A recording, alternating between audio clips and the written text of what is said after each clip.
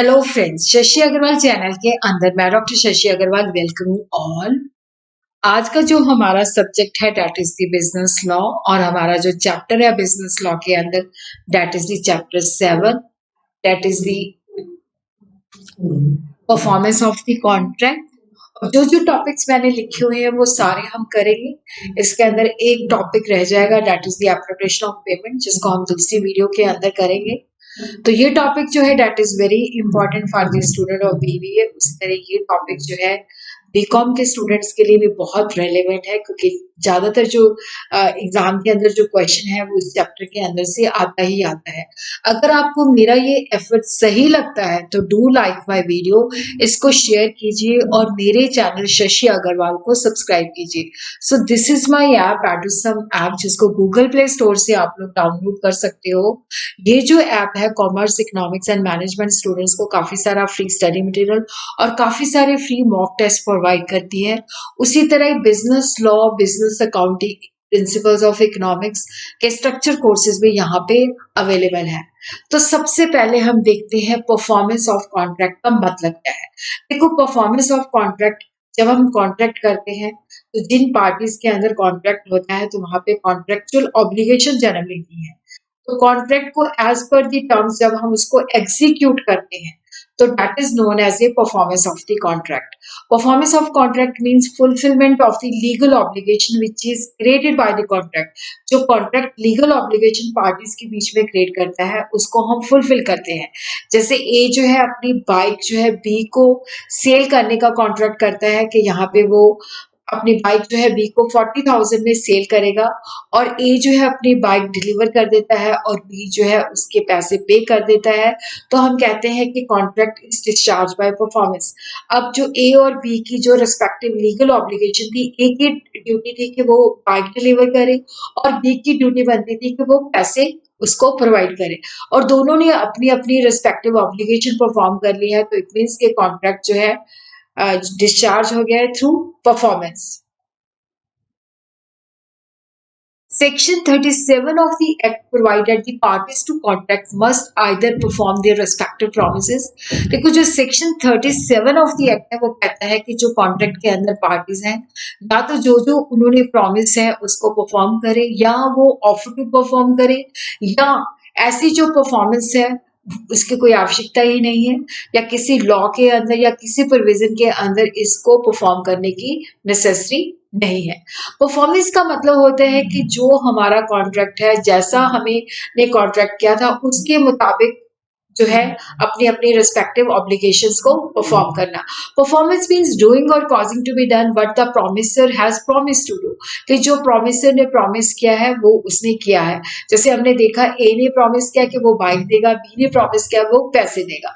Performance means doing और causing to be done what the promisor has promise to do.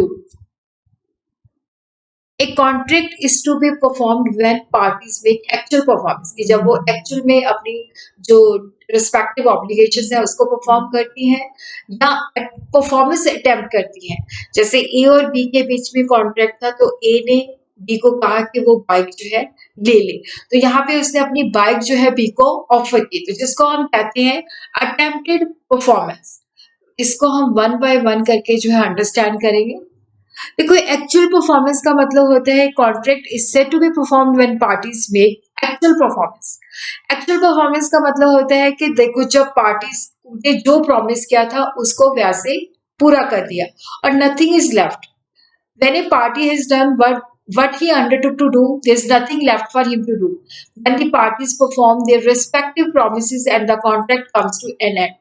जैसे x ने, यहाँ पे हम देखते हैं एक्स और वाई के बीच में कॉन्ट्रैक्ट है। एक्स ने वाई को चेयर सप्लाई करनी है एट द रेट ऑफ 600 पर पीस ऑन 40 सितंबर 2022 और ड्यू डेट में एक्स ने वाई को चेयर सप्लाई कर दी। वाई ने जितना उसका पैसा बनता था उतना उसको दे दिया, 600 इंटू 160,000 उसने पे कर दिया।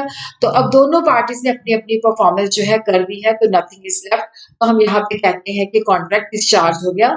यहाँ पे पार्टीज ने एक्चुअल में वो अपना जो रिस्पेक्टिव ऑब्लिगेशन थी उसको परफॉर्म कर दिया।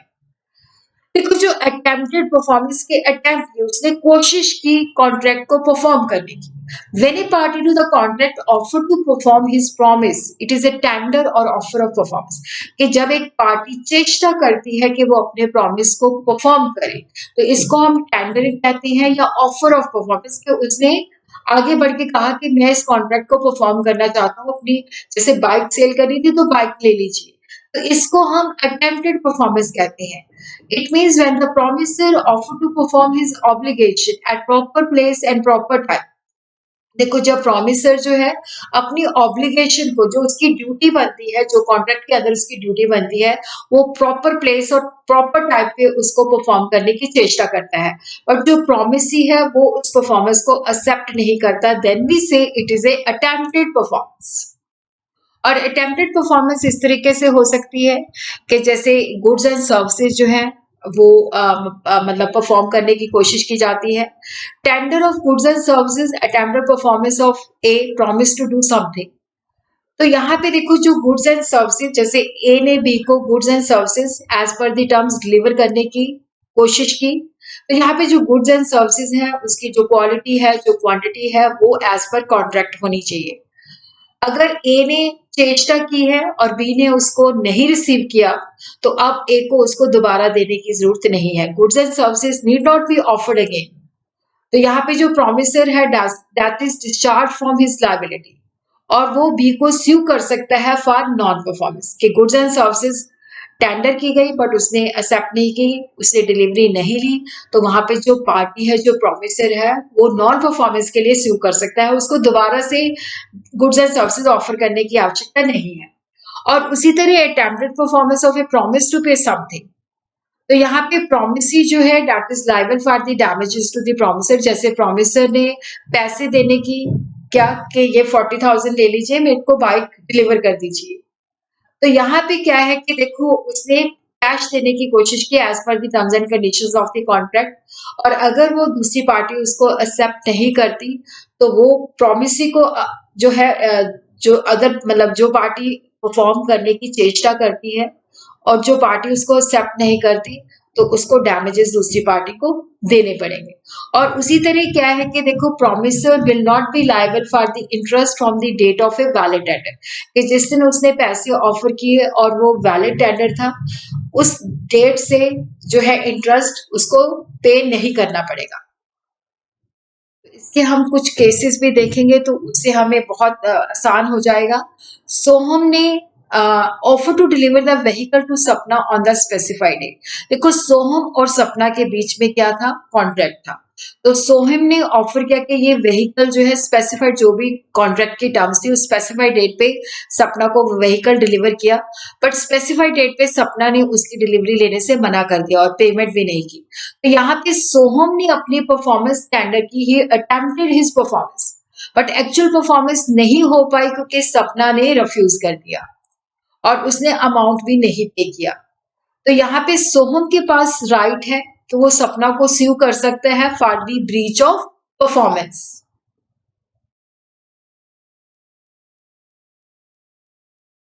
तो यहाँ पे हम देखते हैं ऑफर ऑफ परफॉर्मेंस और टेंडर का मतलब क्या होता है। देखो where the promisor has made an offer of performance, जब वो ऑफर देता है और offer has been refused, the promisor is not responsible for non performance. जैसे इस केस में हमने देखा कि सोहम ने व्हीकल डिलीवर करने की सपना को कोशिश की बट सपना ने उसको नहीं लिया, तो अब यहाँ पे जो सोहम है he is not responsible for non performance.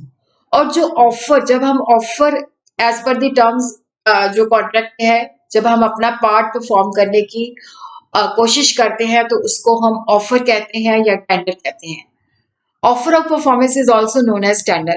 Valid tender of performance is considered to be performed of a promise and discharge a party from obligation under a contract. तो यहाँ पे हम देखते हैं अगर सोहम ने as per the terms and condition जो है व्हीकल स्पेसिफाइड डेट पे डिलीवर करने की कोशिश की, तो वो वैलिड टेंडर माना जाएगा। इसी तरह डेटर जो है वो मनी जो ड्यू है अंडर ए डेट वो ऑफर करता है। Effect of a such tender is to stop from the running of the interest on the amount payable but the debt is not discharge. जैसे मान लो ए ने बी के पैसे देने हैं, तो वो पैसे जो है ऑफर करता है, तो वो नहीं रिसीव करता। ये है कि मैच्योरिटी डेट पे उसने पैसे देने की कोशिश की है, अगर वो नहीं रिसीव करता तो वो जो डेटर है वो डेट से रिलीज नहीं होता, बट जिस दिन उसने ऑफर की है उस डेट के बाद से उसको इंटरेस्ट नहीं लगेगा। Essentials of a valid tender section 38, it must be unconditional। देखो यहाँ पे जो टेंडर हम करते हैं ये विदाउट एनी कंडीशन होना चाहिए। अगर हम कोई कंडीशन लगा के करते हैं तो दूसरी पार्टी जो है इसको रिफ्यूज कर सकती है। A person is not bound to accept tender of railway receipt that is made to subject damage. कि रेलवे रिसीट, जैसे एक व्यक्ति को हमने रेलवे से चीजें भेजी हैं तो रेलवे रिसीट उसको तभी मिलेगी जब वो डैमेज चार्जेस भी पे करेगा, तो यहाँ पे कंडीशन लगी तो वो रिफ्यूज कर सकता है। Please send a single check for two items। B ने इसी तरह हम एक और एग्जांपल देखते हैं। टू आइटम्स उसने मतलब टू आइटम्स के लिए एक ही चेक भेज दिया, एक तो ड्यू था और दूसरा जो था कुछ समय के बाद पेबल था। तो चेक एक ही था, इंडिविजिबल था, तो वो पार्टी की ऊपर डिपेंड करता है, वो होल को भी एक्सेप्ट कर सकती है और बिल्कुल भी नहीं कर सकती। तो यहाँ पे जो प्रॉमिस है अगर वो चेक को रिजेक्ट करता है तो ही इज राइट। सेकंड जो है, it must be made at proper time and proper place. Where the contract provides the tender should be made at a particular place and particular time, it should be done। जैसे A owes to B rupees 1000 which is payable on 1st June with interest, but B offers to pay on 1st May और जो मई तक interest बनता था। तो यहाँ पे जो B है बेसिकली यहाँ पे सॉरी यहाँ पे A जो है उसने B के पैसे देने हैं, तो वो ए जो है ऑफर करता है, ए ने बी के पैसे देने हैं 1000 which is payable on 1st June with interest, but A जो है बी को ऑफर देता है 1st May को अलॉन्ग विद इंटरेस्ट पे करने की कोशिश करता है। तो ये वैलिड ऑफर नहीं है, वैलिड अटैम्प्ट नहीं है, क्योंकि ये 1st June को ही करना चाहिए। It should be जो must be given a reasonable opportunity of inspection of goods of article। देखो जब हम किसी को माल भेजते हैं तो उससे पहले उसको अपॉर्चुनिटी देनी चाहिए ताकि वो अच्छी तरह से एग्जामिन करे। अगर वो एग्जामिन की अपॉर्चुनिटी नहीं देते तो वो वैलिड टेंडर नहीं है। एक contract to deliver to B at his warehouse on 1st March 96 100 bales of cotton of a particular quality। In order to make a valid offer of performance, A जो है cotton वो B के ware house पे लेके जाए और B को कहे कि भाई तू इसको चेक कर ले कि जो तूने ऑर्डर दिया था क्वालिटी उसके मुताबिक है या नहीं है। अगर ये अपॉर्चुनिटी नहीं दी जाती बायर को तो बायर जो है उसको रिजेक्ट कर सकता है, तो ये वैलिड टेंडर नहीं है। Tender must be whole, not of the part of a tender by instalment is valid. तो यहाँ पे टेंडर जो है वो पूरा होना चाहिए। जैसे 100 चेयर्स देनी है तो ये नहीं अब 10 चेयर लेके पहुंच जाओ, तो आपने टेंडरिंग जो है जितना माल उन्होंने ऑर्डर किया है उतना देना है। अगर वहां पे कॉन्ट्रैक्ट के अंदर इंस्टॉलमेंट में है तब कोई प्रॉब्लम नहीं है, बट अगर क्या है कि कंप्लीट माल देना है, कंप्लीट डिलीवर करनी है, तो tender must be whole, not in the parts और इन इंस्टॉलमेंट। और इसी तरह जो टेंडरिंग है that should be in proper form. Tender of the money should be in the current quality. जो हमारा लीगल टेंडर मनी है उसके अंदर हम जो है अपनी मतलब पैसे पे करने की कोशिश करते हैं। अगर हम चेक देने की कोशिश करते हैं तो पर्सन जो है उसको रिफ्यूज कर सकता है। और it should be made to the proper person. ये नहीं है कि हमने गलत पर्सन को टेंडर करना है। और उसी तरह जो हमने गुड्स की डिलीवरी करनी है वो जो कॉन्ट्रैक्ट के अंदर क्वांटिटी है और कॉन्ट्रैक्ट के अंदर जो क्वालिटी मेंशन है उसके मुताबिक ही होनी चाहिए। पेमेंट और टेंडर, देखो अगर बहुत सारे ज्वाइंट प्रॉमिस ही है तो हम उनमें से एक को जब ऑफर करते हैं तो इट मीन्स हमने सबको कर दिया है। और उसी तरह हम देखते हैं कि जब टेंडर को एक्सेप्ट नहीं किया जाता, जब जो अटेम्प्टेड परफॉर्मेंस है उसके अंदर रिफ्यूज कर दिया जाता है, तो प्रॉमिसर जिसने अटेम्प्ट किया है परफॉर्मेंस का, अगर वो as per the terms and condition of the contract है तो वो रिस्पॉन्सिबल नहीं है फॉर द नॉन परफॉर्मेंस, और उसका कोई राइट जो है वो भी लूज नहीं होता, तो वो जो है डैमेजेस के लिए भी क्लेम कर सकता है। Contract which need not be perform, तो ये वो सर्कमस्टांसेस है जहां पे कॉन्ट्रैक्ट को परफॉर्म करने की आवश्यकता नहीं होती। अब देखो इफ द पार्टीज टू एक contract agree to novation, novation का मतलब होता है कि नया कॉन्ट्रैक्ट पुराने की जगह पे वो करते हैं, या कॉन्ट्रैक्ट को रिसेशन कैंसिलेशन कर देते हैं या उसमें ऑल्ट्रेशन कर देते हैं, तो ओरिजिनल कॉन्ट्रैक्ट को हमें परफॉर्म करने की आवश्यकता नहीं है as per section 62। Promisee may dispense with or remit performance by the promisor in whole or in parts. कि जो promisee है वो कह सकता है कि आपकी जो है परफॉर्म करने की जो है पूरा कॉन्ट्रैक्ट परफॉर्म करने की आवश्यकता नहीं है या कुछ पार्ट परफॉर्म करने की जरूरत नहीं है। उसी तरह जो वॉइडेबल कॉन्ट्रैक्ट होते हैं अगर वो कैंसिल होता है तो अदर पार्टी को उसको परफॉर्म करने की जरूरत नहीं होती एज पर सेक्शन 64। और उसी तरह क्या है कि देखो अगर प्रॉमिसी की वजह से निग्लेक्ट या रिफ्यूजल से फेलियर उत्पन्न होती है तो प्रॉमिसर एक्सक्यूज हो जाता है, तो प्रॉमिसर की कोई रिस्पॉन्सिबिलिटी नहीं बनती, तो वो डिस्चार्ज हो जाता है सेक्शन 67 के मुताबिक। फिर उसके अंदर है कि कॉन्ट्रैक्ट जो है किसके द्वारा परफॉर्म होना चाहिए, by the promiser either personally और थ्रू कॉम्पिटेंट पर्सन।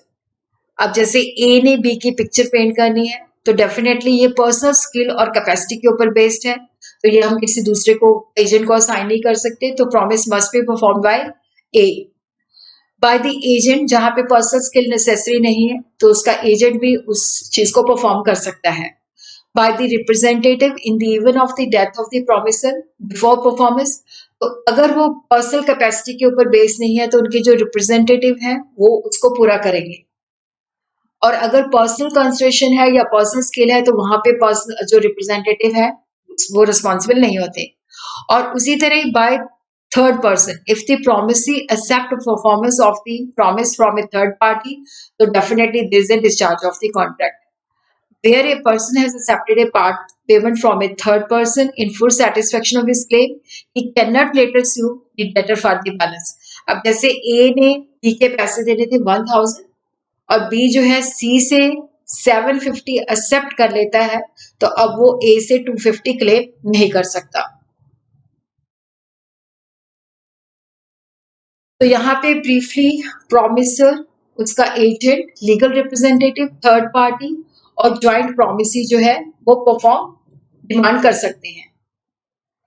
प्रॉमिसी और his agent who can demand performance of the promise under a contract, तो यहाँ पे देखो ये इमटेरियल है कि promise is for the benefit of the promisee और for the benefit of some other person.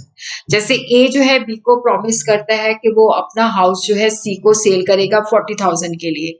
ए जो है कॉन्ट्रैक्ट को परफॉर्म नहीं करता तो सी जो है वो बेसिकली जो है सी जो है a promise to B to sell his house to C for ₹40,000। तो यहाँ पे देखो जो सी है वो ए को स्यू नहीं कर सकता, सी जो है सॉरी बी को स्यू नहीं कर सकता। इट इज ओनली बी जो है इट इज ओनली ए जो है वो बी को स्यू कर सकता है। यहाँ पे मैं दोबारा बता देती हूँ, देखो यहाँ पे a promise to B to sell his house to C for ₹40,000। A जो है प्रॉमिस करता है बी को कि वो अपना घर जो है सी को 40,000 के लिए सेल करेगा, तो ए जो है उस कॉन्ट्रैक्ट को परफॉर्म नहीं कर सकता, तो यहाँ पे सी जो है वो ए को स्यू नहीं कर सकता क्योंकि ए ने जो प्रॉमिस किया है वो बी के साथ किया है, तो बी जो है वो ए को स्यू कर सकता है। I think time and place of performance 46 to 50 of the Indian Contract Act if the time is specified। देखो यहाँ पे क्या है कि अगर एक स्पेसिफिक टाइम दिया गया है तो performance should be made at the specified time, it should be perform during business hours. तो अगर टाइम दिया गया है तो उसी टाइम के मुताबिक हमने उस कॉन्ट्रैक्ट को परफॉर्म करना है। अगर बिजनेस डेफिनेटली ये बिजनेस आवर्स के अंदर ही परफॉर्म करना है, ये नहीं कि बिजनेस आवर्स के बाद। और अगर टाइम स्पेसिफाइड नहीं दिया गया तो ये रीजनेबल टाइम, तो यहाँ पे कोर्ट जो है according to the prevailing circumstances decide करती है कि क्या रीजनेबल टाइम है। और उसी तरह time and place of performance जिसको सेक्शन 46 टू 50 डील करता है, अगर प्लेस ऑफ परफॉर्मेंस स्पेसिफाइड की गई है तो उसी स्पेसिफाइड प्लेस पे हमने ऑफर करना है, और अगर प्लेस स्पेसिफाइड नहीं की गई तो प्रॉमिसर की ड्यूटी बनती है कि वो पूछे कि कौन सी प्लेस जो है फिक्स है परफॉर्मेंस के लिए। अगर प्रॉमिसर जो है नहीं करता तो प्रॉमिसी जो है वो एक प्लेस जो है फिक्स करें। जैसे A promise to deliver the goods at B's warehouse on 16 सितंबर 2020। On that day, A brings the goods to B's warehouse, but after the usual hour for closing it। देखो यहाँ पे क्या है कि वो सेम डेट पे लेके आता है बट बिजनेस आवर्स के बाद लेके आता है, तो डेफिनेटली ये जो है उसने अपना ये जो है वैलिड टेंडर नहीं है।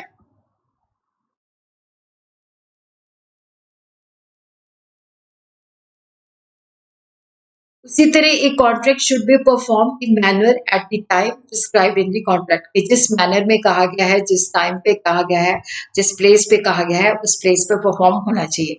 ए promisor is discharge from the liability if he performs the promise in a manner और एट ए टाइम प्रिस्क्राइब्ड और सैंक्शन बाय द प्रोमिसी। तो एक प्रोमिसर जो है लायबिलिटी से डिस्चार्ज हो जाता है जिसने जैसा प्रोमिसी ने कहा है, जैसा उसने कहा था, जिस टाइम पे कहा था, जिस मैनर में कहा था, अगर वो उसी कोशिश में अपना कॉन्ट्रैक्ट परफॉर्म करने की कोशिश करता है। अब जैसे A desire B who owes him ₹100 to send him a note for ₹100 by post.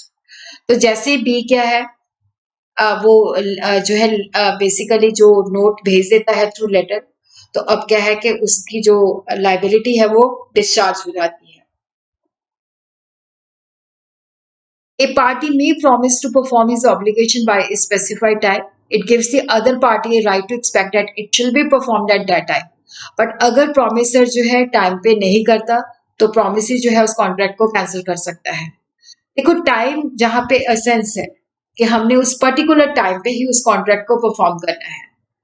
Time of the essence of the contract means the one who does not perform in the full on promised performance within time specified, the contract cannot maintain any action for the performance of a return of a promise.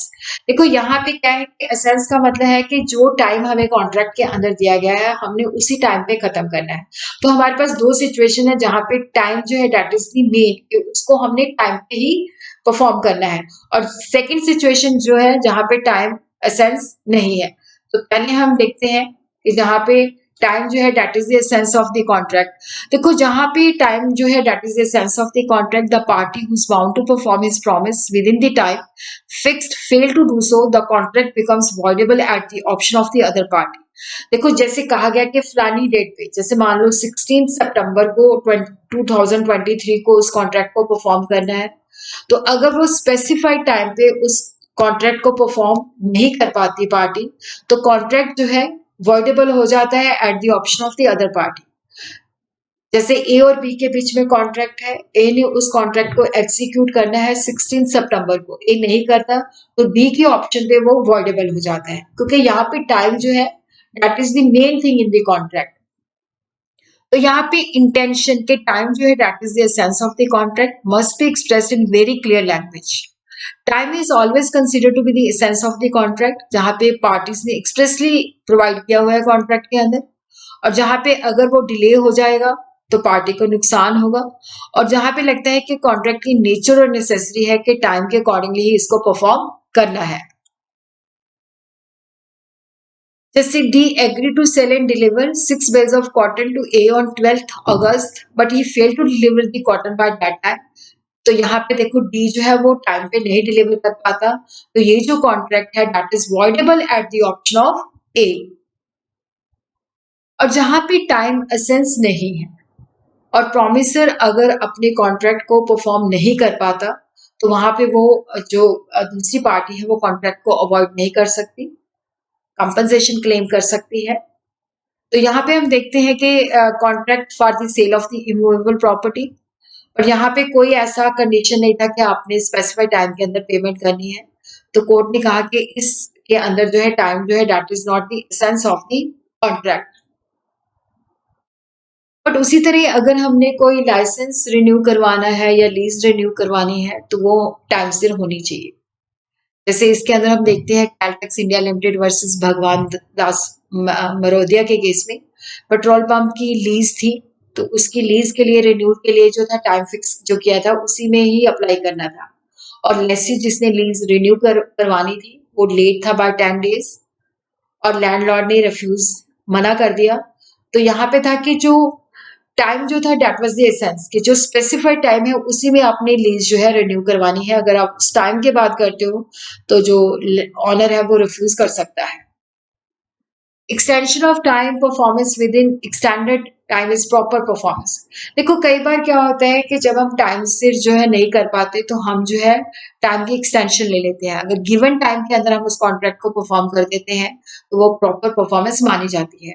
जैसे are के Saxena versus DDA case में होता है, mister A जो है उसने एक plot auction के अंदर डीडीए से परचेज किया होता है, तो उसको एक्सटेंशन दी जाती है कि आपने इंटरेस्ट भी देना है और पेमेंट भी करनी है, तभी आपको टाइम जो है एक्सटेंड किया जाएगा। तो वो जो है एक्सटेंडेड टाइम के अंदर दे देता है, तो ये प्रॉपर परफॉर्मेंस है। तो कोई अथॉरिटी के पास ये राइट नहीं है कि जो उसको हाउस अलॉट किया गया है उसको कैंसिल करे, क्योंकि अथॉरिटी ने उसको टाइम परमिट कर दिया था, उस टाइम के अंदर उन्होंने पेमेंट भी दे दी, इंटरेस्ट भी दे दिया। तो अब अथॉरिटी के पास ये पावर नहीं है कि उसके हाउस को वो कैंसिल करे। Evolution of joint rights and liability. तो यहाँ पे हम देखते हैं कि ज्वाइंट राइट्स और लाइबिलिटी किस तरह से है। टू और more person may enter into joint agreement with one और मोर पर्सन। तो यहाँ पे हम देखते हैं कि दो या दो से ज्यादा व्यक्ति जो है ज्वाइंट एग्रीमेंट करते हैं, चाहे वो एक व्यक्ति के साथ करते हैं चाहे बहुत सारे व्यक्तियों के साथ करते हैं। तो यहाँ पे हम उनके राइट्स और लाइबिलिटी के बारे में डिस्कस करेंगे, ज्वाइंट प्रोमिसर और प्रोमिसी, जो कि सेक्शन 42 एंड 45 के अंदर डील करते हैं, और ये कॉम्पिटिटिव एग्जाम के लिए बहुत ही इंपॉर्टेंट है। Joint liability is section 42 when two or more person have made a joint promise। तो यहाँ पे देखो, दो या दो से ज्यादा व्यक्ति जब वो ज्वाइंट प्रॉमिस करते हैं तो उन सबकी ड्यूटी बनती है कि वो ज्वाइंटली इस प्रॉमिस को फुलफिल करें। और अगर उनमें से ज्वाइंट प्रॉमिसर में से कोई मर जाता है तो उसका जो लीगल रिप्रेजेंटेटिव है, he will be jointly liable for the performance along with the surviving promiser और प्रॉमिसर्स। जैसे ABCD है, एक की डेथ हो जाती है तो ए का जो लीगल रिप्रेजेंटेटिव है BCD के साथ जो सर्वाइविंग प्रोमिसर है उसके साथ मिलके जो है ज्वाइंटली परफॉर्म करेगा। अगर सबकी डेथ हो जाती है तो लीगल रिप्रेजेंटेटिव जो है सच प्रोमिसर के, वो ज्वाइंटली रिस्पॉन्सिबल होंगे उस परफॉर्मेंस के लिए। सेवरल लाइबिलिटी व्हेन टू और more person make a joint promise. जब दो या दो से व्यक्ति ज्वाइंट प्रॉमिस करते हैं तो promisee is entitled in the absence of an agreement to contrary or compel anyone or more of such joint promiser to perform the whole of such promiser।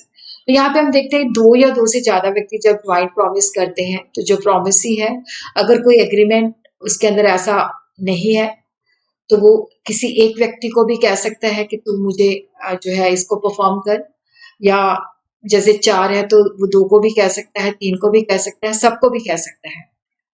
तो इन्हें सबकी जो है ज्वाइंट और सेवरल लायबिलिटी है। इन्हें suit against the firm the plaintiff, जो जिसने मुकदमा किया है, he is entitled to proceed against the firm, के वो फर्म के अगेंस्ट मुकदमा फाइल कर सकता है या सारे पार्टनर्स के अगेंस्ट कर सकता है, या जिन पार्टनर्स को वो सू करना चाहता है वो कर सकता है।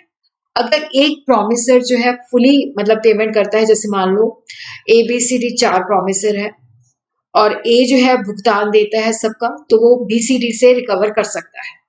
If one promisor makes the payment in full or otherwise satisfy the entire obligation, the मतलब जो promisor है उसके पास राइट है, अब वो दूसरों के अगेंस्ट जो है राइट जो है मतलब उनसे वो पैसा ले सकता है। जो प्रॉमिसी है, जब उसने एक प्रॉमिसर से पैसा ले लिया तो वो बाकी प्रॉमिसर से नहीं लेगा, वो प्रॉमिसर जो है जिसने भुगतान किया है वो ले सकता है। The promisor is entitled in the absence of contract to contrary. इसका मतलब होता है कि अगर कोई कॉन्ट्रैक्ट नहीं है, इसके ऑपोजिट जो है कि वो इक्वल कंट्रीब्यूशन जो है अपने जो दूसरे प्रॉमिसर है उनसे ले सकता है।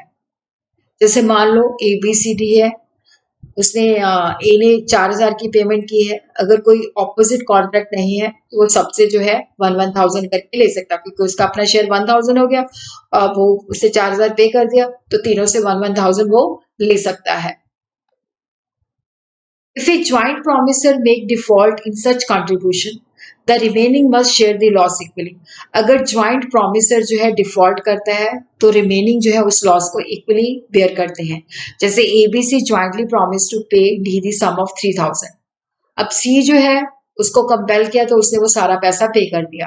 अब A जो है उसका दिवालिया निकल चुका है, बट उसकी जो एसेट है सफिशिएंट टू पे 1/2 ऑफ हिज डेट, तो उसकी जो 1,000 की ड्यूटी बनती है तो 1,000 के अंदर से वो 500 ही उसकी एस्टेट पे कर सकती है। C जो है debt is entitled to receive ₹500 from A's estate and 1,250 from जो है वो जो है B से लेगा। क्योंकि देखो यहाँ पे जो बेसिकली जो C है उसने 500 जो है A के स्टेट से ले लिया, क्योंकि A का जो शेयर था वो था 1,000, 250 C बेयर करेगा और 250 B बेयर करेगा। B का अपना शेयर हो गया 1,000 और 250 शेयर होगा A का, तो वो 1,250 रुपए देगा। Release of joint promiser. A release of one of joint promisor by the promisee does not discharge the other joint promisor. देखो यहाँ पे क्या है कि जैसे ABCD है, चारों ने ज्वाइंटली प्रॉमिस किया था, ई जो है डी को रिलीज कर देता है, ठीक है, वो तीनों से पेमेंट ले लेता है, तो बाद में जो है जो तीनों जो है जिन्होंने पेमेंट की है वो डी से अपना हिस्सा जो है वसूल कर सकते हैं। और ये रिलीज का मतलब नहीं है कि जो उसकी रिस्पॉन्सिबिलिटी अदर ज्वाइंट प्रोमिसर को है वो उससे मुक्त हो गया।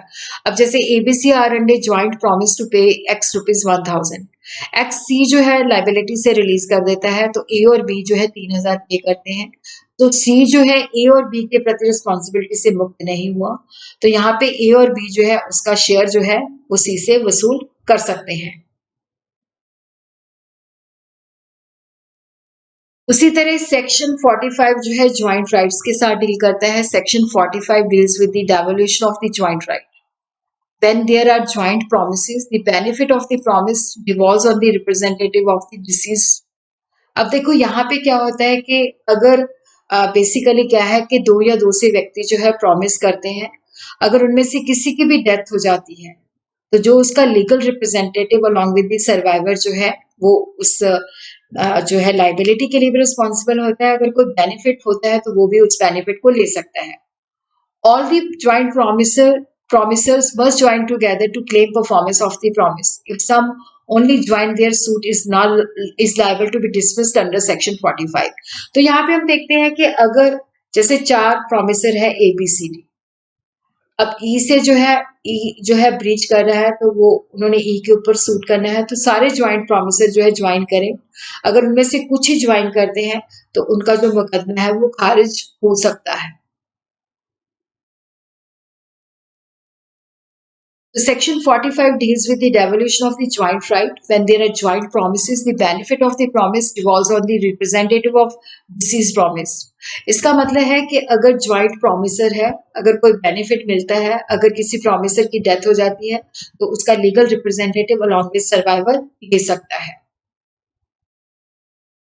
A in consideration of 5000 rupee lent to him by B and C, तो वो प्रॉमिस करता है कि वो उसको पे करेगा interest on a day specified. तो यहाँ पे जो राइट टू क्लेम परफॉर्मेंस है बी और सी के पास है।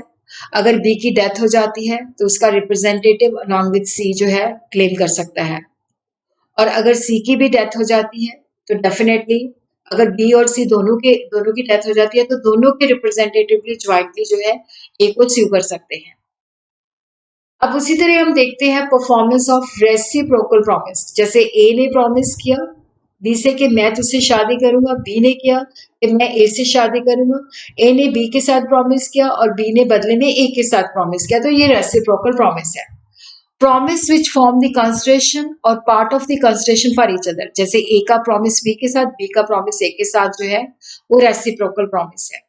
A promise against A promise is a good consideration. Here one party gives a promise in consideration of the other party's promise. जब एक पार्टी प्रॉमिस करती है और बदले में दूसरी पार्टी उसके साथ प्रॉमिस करती है तो हम इसको रेसिप्रोकल प्रॉमिस कहते हैं।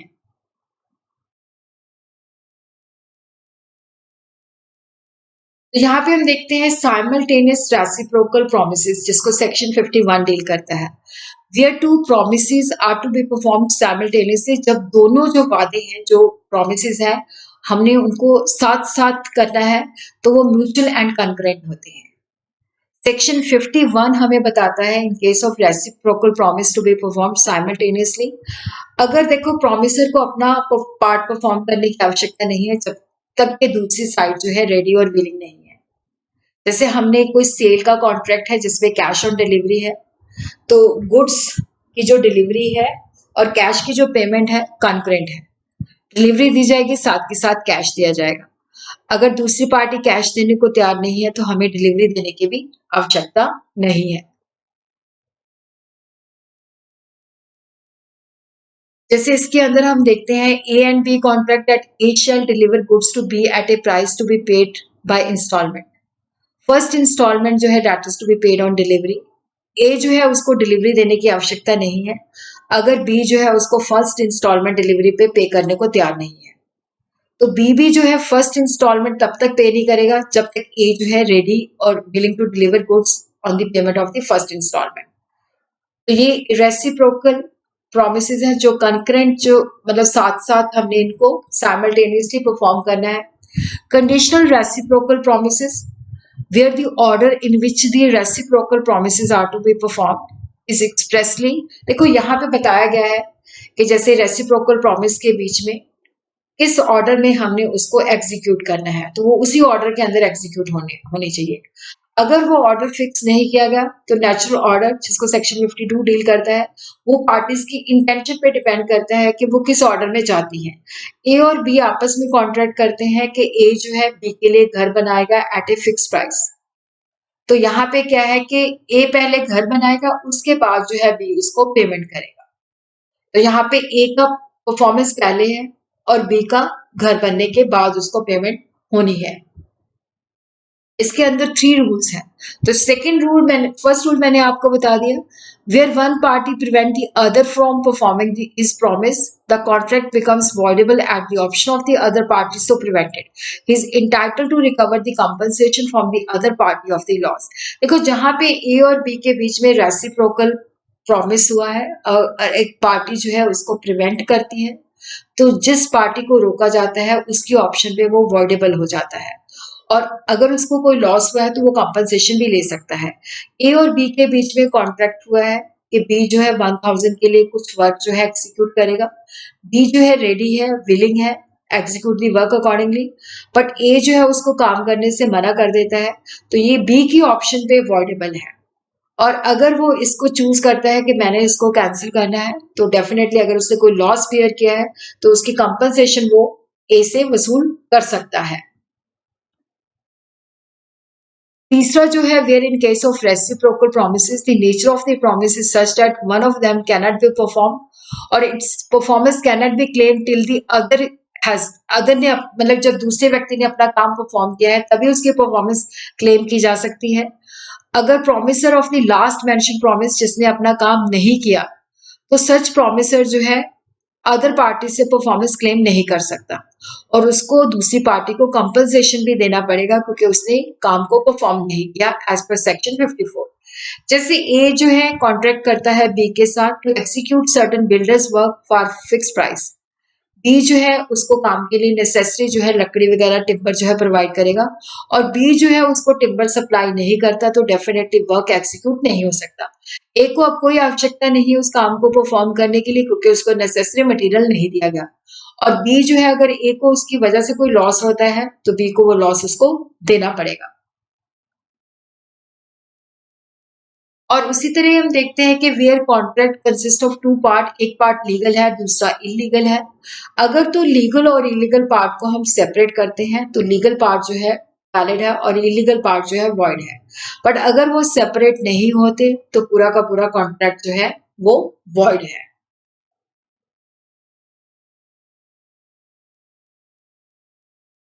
ए और बी एग्री करते हैं कि ए अपना घर 10,000 में सेल करेगा, बट बी अगर उसको गैम्बलिंग के लिए यूज करेगा तो वो 50,000 उसको पे करेगा. First set of reciprocal promise namely to sell his house, कि वो अपना घर बेचेगा उसके बदले में he will get 10,000, it's a valid contract. Second set जो है that is unlawful object, B may use the house as a gambling house, तो ये वॉइड एग्रीमेंट है.